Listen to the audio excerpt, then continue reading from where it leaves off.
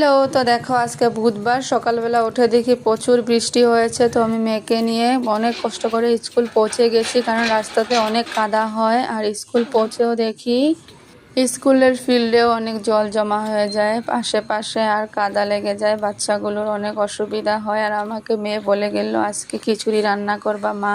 আমি বললাম ঠিক আছে। তো দেখো ও এভাবে করে চলে গেল স্কুলে, ওকে রেখে আমি বাড়ি চলে আসলে স্নান করে তারপর দেখো আমি রান্না করছি। আর আমি এইখানে শুকনা লঙ্কাটা বেশি দিয়েছি, কারণ শুকনো লঙ্কার ফ্লেভারটা আমার মেয়ে অনেক ভালোবাসে। তো দেখো আমার খিচুড়ি রান্না প্রায় কমপ্লিট হয়ে গেছে, সোমবার দিয়ে নিলাম, একটু ঘিউ অ্যাড করে দিয়েছি। তো আমার খিচুড়ি রান্না হয়ে গেছে, সঙ্গে কাঁঠালের তরকারিও রান্না করেছি, যেটা আমি রেসিপিটা তোমরা চাইলে দিতে পারি। তো দেখো আমার রান্না বান্না শেষ।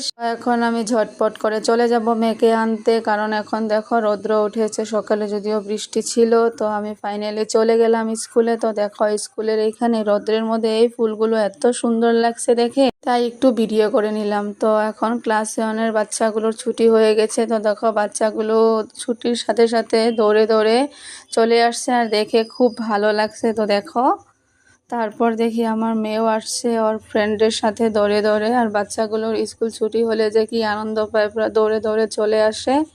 তো দেখো ওরা তো আসছে, দৌড়ে দৌড়ে আসছে। তো আমাকে ফার্স্ট টাইম ওরা দেখতে পায় নাই, পরে আমি ওকে হাত দিয়ে ইশারা করে ডাকলাম, তারপর চলে আসছে। এখন ওর ফ্রেন্ডদেরকে বাই বলে চলে যাবে, ওর ফ্রেন্ডেরাও চলে যাবে, ওকে নিয়ে আমি বাড়ি চলে আসলাম। তো দেখো এখন আমরা চলে যাচ্ছি বাড়ি। বাড়ি গিয়ে আমরা দুজনে খাওয়া দাওয়া করলাম, খাওয়া দাওয়া করে সন্ধ্যা হয়ে গেল। মেয়ে বলছে আজকে আমি চাউমিন বানাবো। তো দেখো ও চাউমিন বানালো। তো সবাই ভালো থাকো, টাটা।